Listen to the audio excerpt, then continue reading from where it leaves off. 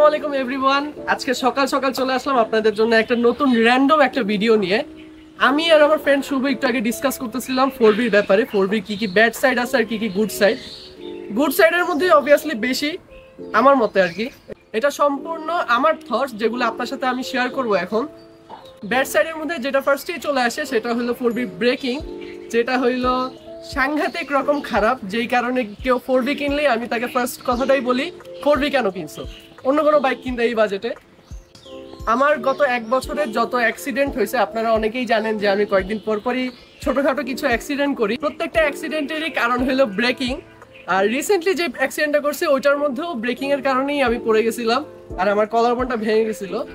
আর এছাড়া আমার তেমন কোনো কমপ্লেইন নাই, মাইলেজের ব্যাপারেও কোনো কমপ্লেইন নাই।